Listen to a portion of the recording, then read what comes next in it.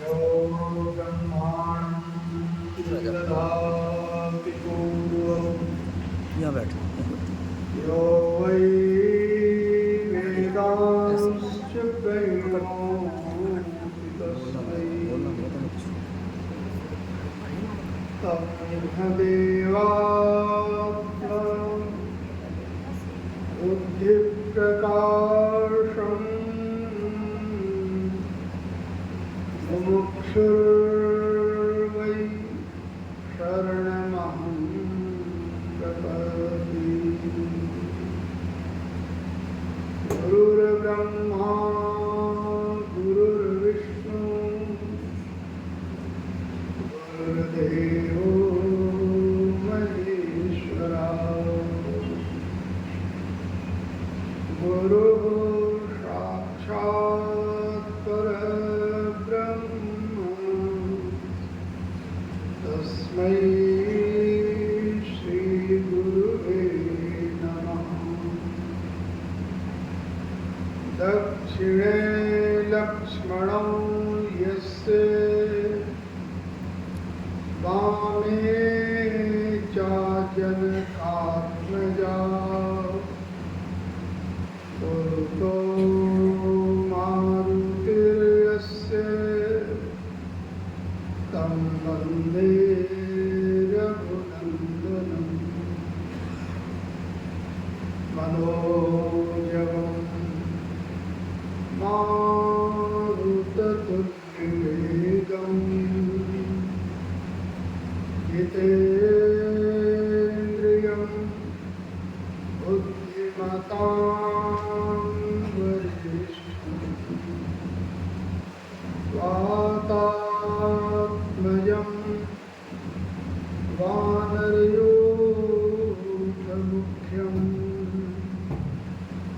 श्रीरामदूतं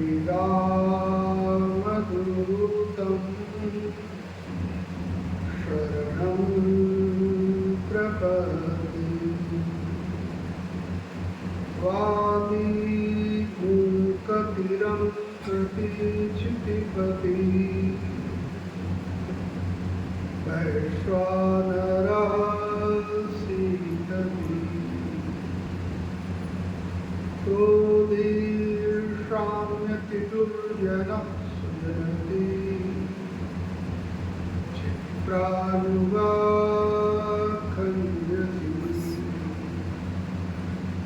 गर्वी खरवति सर्वविच्चयति त्वदयन्त्रिणा यन्त्रिता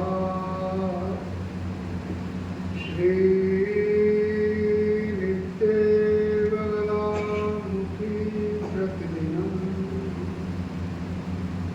कल्याणी तुभ्यं नमः। ॐ सहना भवतु सहनौ भुनक्तु सावीर्यं करवावहै तेजस्विनावधीतमस्तु मा विद्विषावहै। ॐ शान्ति शान्ति शान्ति। श्रीराम जय राम जय जय राम।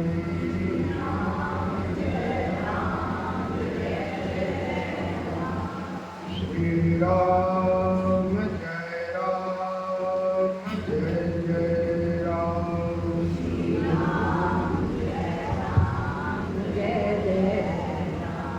श्रीराम जय राम जय जय राम।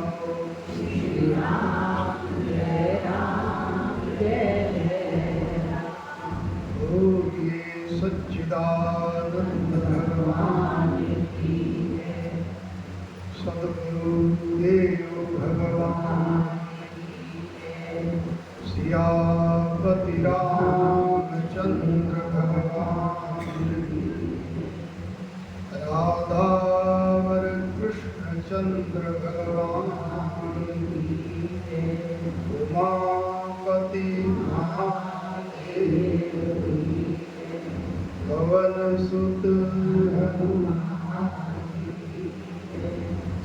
पूज्य बाबा ब्रह्मदास जी महाराज, ब्रह्मलीन श्री स्वामी चरणदास जी महाराज, ब्रह्मलीन श्री स्वामी लक्ष्मणदास यति जी महाराज, भारत के संतों,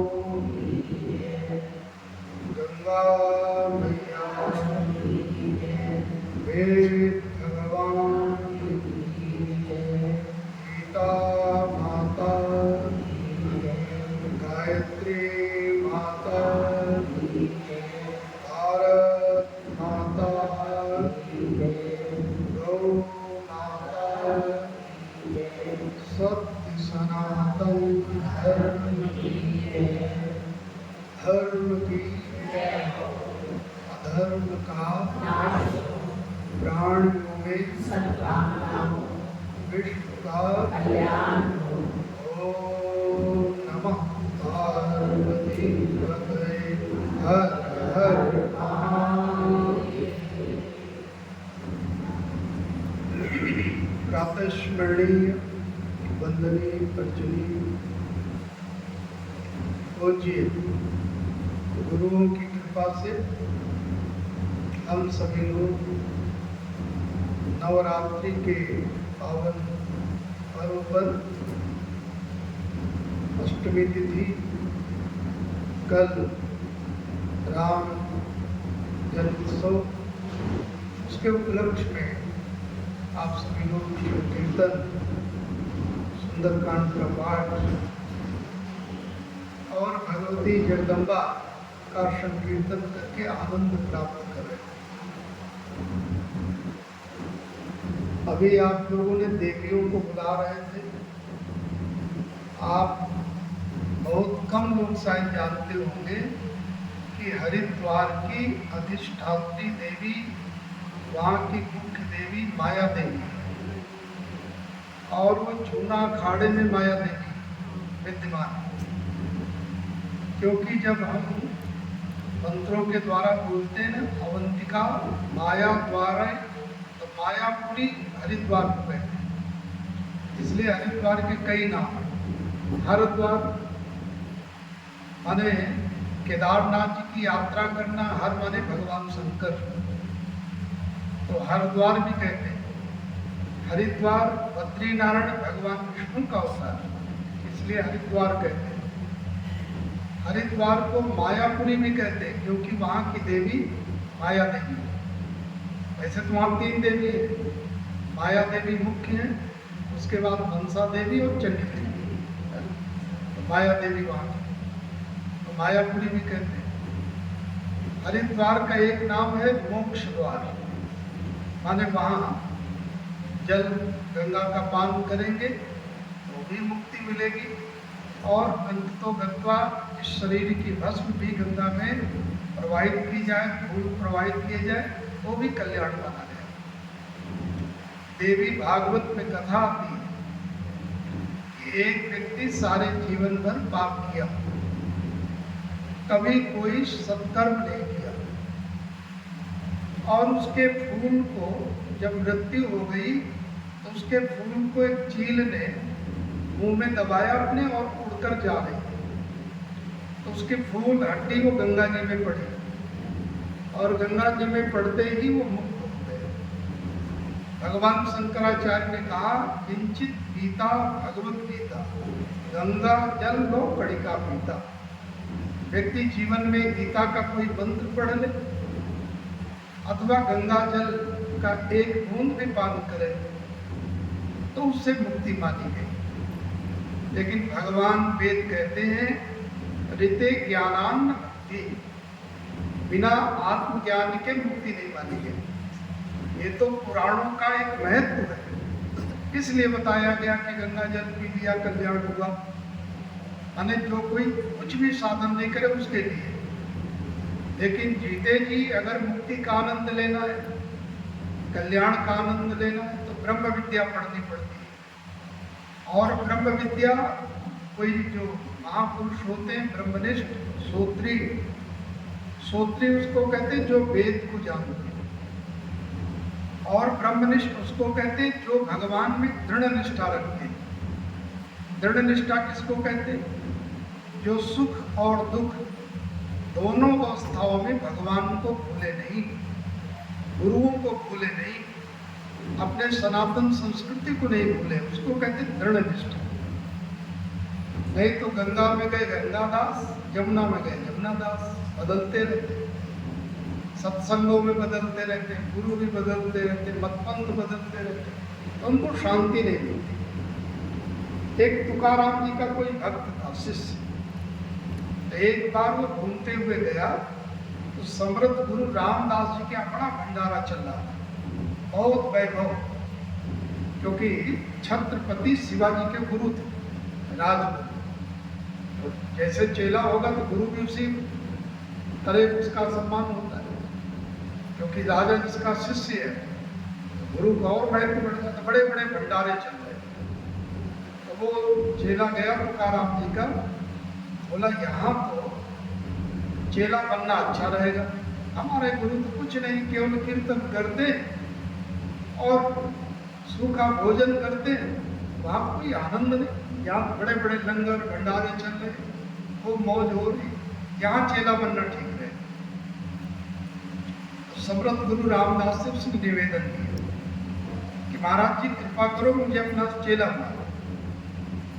तो गुरु जी ने कहा अभी तक कहाँ तू भटक रहा था? तो बोले अभी तक मैं संत तुकाराम जी का चेला था, वहां पे रहता था। तो बोले भाई फिर तुकाराम जी के पास में जा, अपना जो उन्होंने गुरु मंत्र दिया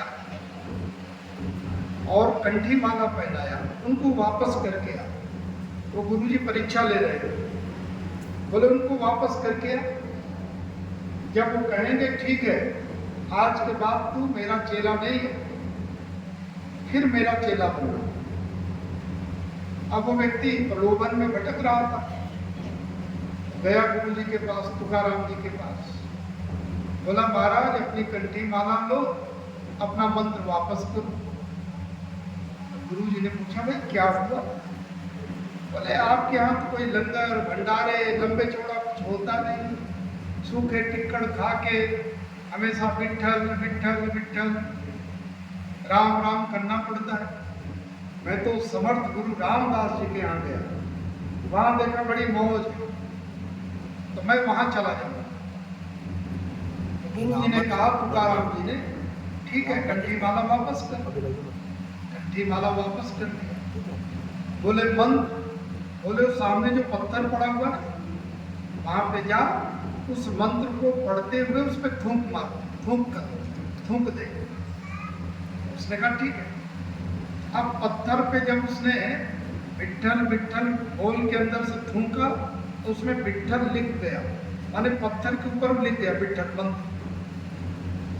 लिखने के बाद थूक से लिख गया अपने आप और वापस चला गया। गुरु जी ने कहा तेरी इच्छा जैसी। अब वो आया समर्थ गुरु रामदास जी के पास, बोला महाराज मैंने गुरु मंत्र भी त्याग दिया और माला भी गुरु जी को दे दिया। बोले गुरु जी ने कोई उपाय बताया? क्योंकि सिद्ध महापुरुष थे। बोले हाँ, गुरु जी ने कहा था कि कंठी माला भी दे दे और उस मंत्र को तू पत्थर पे थूक दे। बोले थूकने के बाद कुछ हुआ वहां पर? बोले हाँ महाराज मैंने विठ्ठल विठ्ठल बोल के थूका तो थूक से वो विठ्ठल उस पत्थर पे लिख गया। तब समर्थ गुरु रामदास ने कहा अरे मूर्ख, जिस गुरु का बताया हुआ मंत्र इतना पावरफुल है कि पत्थर पे लिख गया, तो क्या तेरे अंतःकरण में वो मंत्र नहीं काम करेगा? उसने कहा महाराज करेगा। बोले चला जाए यहाँ से, उसी गुरु के चरण में रहे, वहीं पर मंत्र जप, वहीं तेरा कल्याण हो जाएगा। बोले जो भौतिकवाद में पड़ा ना, ये प्रपंच काम नहीं आने वाला है, क्योंकि संग सखा सब तज गए, कोई न निभे वो साथ, कह नानक सुन रे बना, टेक एक रखना। भगवान का नाम ही तेरा साथी बनेगा और कुछ नहीं, ये बाह्य प्रपंच नहीं बनने वाला। उस शिष्य को लगा कि वास्तव में मैं कुल में था और वापस आया, वही तुकाराम जी के पास रहकर भजन करते हुए अपना कल्याण कर लिया। कहने का तात्पर्य, अगर आपकी निष्ठा एक जगह नहीं है तो फिर आपका कल्याण नहीं होगा। तो अनन्य भाव से आपकी निष्ठा होनी चाहिए। जो भी आपका इष्ट हो, गुरु हो, पंथ हो, जहाँ पे आपने लिया वहाँ निष्ठा रखकर, भगवान का नाम तो सब एक है, चाहे राम राम को, चाहे जगदम्बा को। अब देवी भागवत में तो लिखा राम प्रपूजिता देवी, भगवान राम को समुद्र पार करना था तो भगवान शंकर की पूजा किया और देवी की पूजा किया, तब उनको मार्ग मिला। लेकिन ये सब ज्ञान कहाँ से मिला? ये सब ज्ञान गुरु वशिष्ठ जी का है कि राम जीवन है तो अनेक सुख दुख आएंगे, लेकिन इनमें रहते हुए भगवान में निष्ठा रखो। वो स्वयं अपने को भगवान नहीं मानते, तत्व तो वही है। इसलिए उस परम तत्व को जो लोग स्मरण करते हैं, ध्यान करते हैं, जपते हैं, वो वही मंत्र काम करने लग जाता है। अब आपकी कितनी निष्ठा है? देवी में है कि राम जी में है कि हनुमान जी में है ना? आप तो सबको बुला लिया, तो कोई बचा नहीं। पहले गणेश जी को बुला लिया, ठीक है, लेकिन ब्रह्मज्ञानी क्या कहता? ब्रह्मज्ञानी खंडन नहीं करते। ब्रह्मज्ञानी महापुरुष कहते हैं कि जो गणपति में परम तत्व ब्रह्म तत्व है, वही हनुमान जी में, वही राम जी में, वही देवी में है, तत्व एक ही है। कैसे है? आप कैसे समझेंगे? यूं समझो कि सब में पावर एक है। तो माइक में पावर हमारी आवाज को दूर तक पहुंचा रहा है, वही पावर इस लाइट में तो प्रकाश दे रहा है, वही पावर ये मूर्तियों में जो लड़ी लगी हुई है, चमक हो रही है, उसमें भी वही। तो पावर एक हुआ और इंस्ट्रूमेंट अलग अलग हो गए, चाहे यहाँ माइक का सिस्टम हो, चाहे यहाँ लड़ियों का हो, चाहे ऊपर प्रकाश का हो या फैन का, पंखा का, लेकिन पावर सब में एक है कि नहीं? तो ऐसे ही पावर परम तत्व एक है, ये मानकर अंदर से चलो। सिया राम में सब जग जानी, करम प्रणाम। अधिक समय न लेता हुआ आप सबके लिए मंगल कामना करता हूँ कि अच्छा है, जैसा चांस मिलता वैसे बोलते, है ना? जैसा देवी का है तो देवी, राम जी का है तो कल राम जी का, और जब कन्हैया गाएगा तो राधे राधे। लेकिन अंदर से ये मान के चलो कि सब में वही परम तत्व है, वही ब्रह्म तत्व है, ऐसा मानेंगे। भेद नहीं करना है। अगर आपने भेद किया ना तो भक्ति में भेद होगा तो दोष लगता है, पाप लगता है। भगवान के जितने भी स्वरूप हैं उनमें सब में एक ही तत्व मानकर, देखो वेद कहता है, ऋग्वेद कहता है एकम शद विप्रा बहुधा वदन्ति, वो परम तत्व एक ही है, दो नहीं है। वो अलग अलग नाम रूपों से हमारे आपके सामने लीलाएं करता है, और उसी लीला में हमको आपको आनंद लेना है। भक्ति में चर्चा उसी की है, ज्ञान में भी उसी की चर्चा, और कर्म कराने की प्रेरणा भी वही देता है। तो कर्म में भी वही, भक्ति में भी वही, ज्ञान में भी वही, लेकिन आपकी निष्ठा कहाँ है, ये प्रश्न उठता है। अगर आपकी दृढ़ निष्ठा है तो आप जहाँ जो करते वही कल्याण हो जाएगा। अगर निष्ठा नहीं है तो भाई फिर भटकते रहने से भी बात नहीं बनती। तो इसलिए आप सबने बहुत अच्छा संकीर्तन, भजन, सुंदरकांड का पाठ, गणपति को मनाया, देवी को मनाया, हनुमान जी को मनाया। भगवान करे सब तुम्हारे ऊपर खुश हो जाए। रामनवमी के लिए अग्रिम आपको बहुत बहुत शुभकामनाएं, बधाई हो। मैं तो उस राम मंदिर 22 जनवरी को शिलान्यास में भी गया, मूर्ति प्रतिष्ठा में भी गया, देखा, सचमुच ऐसा लग रहा था जैसे राम जी आ रहे, क्योंकि निष्ठा थी ना। तो निष्ठा दृढ़ हो तो कल्याण हो जाएगा। अधिक समय न लेता हुआ आप सब लोग आखिरी में आरती भोजन जो है वो करें, प्रसाद लेकर जाएं। सबके लिए बहुत बहुत बधाइयाँ, मंगल का। हरि बोल।